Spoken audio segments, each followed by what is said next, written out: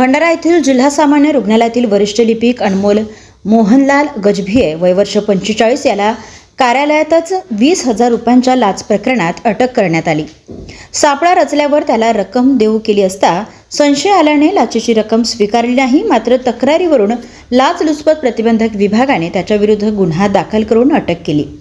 सूत्रांनी दिलेल्या माहितीनुसार 20 वर्षीय तक्रारदाराचे वडील जिल्हा सामान्य रुग्णालयात सफाई कामगार म्हणून कार्यरत होते।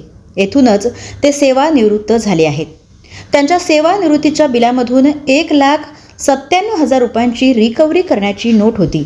ही रिकव्हरी न करण्यासाठी अनमोल गजभिये यांनी त्या तक्रारदार युवकाला 20,000 रुपयांची मागणी केली। त्यामुळे त्याने भंडारा येथील लाचलुचपत प्रतिबंधक विभागाकडे तक्रार दिली। या तक्रारीवरून त्याच दिवशी पडताळणी करण्यात आली आणि यात गजभिये यांनी 20,000 रुपयांची लाच स्वतः स्वीकारण्याची तयारी दर्शविल्याचे निष्पन्न झाले।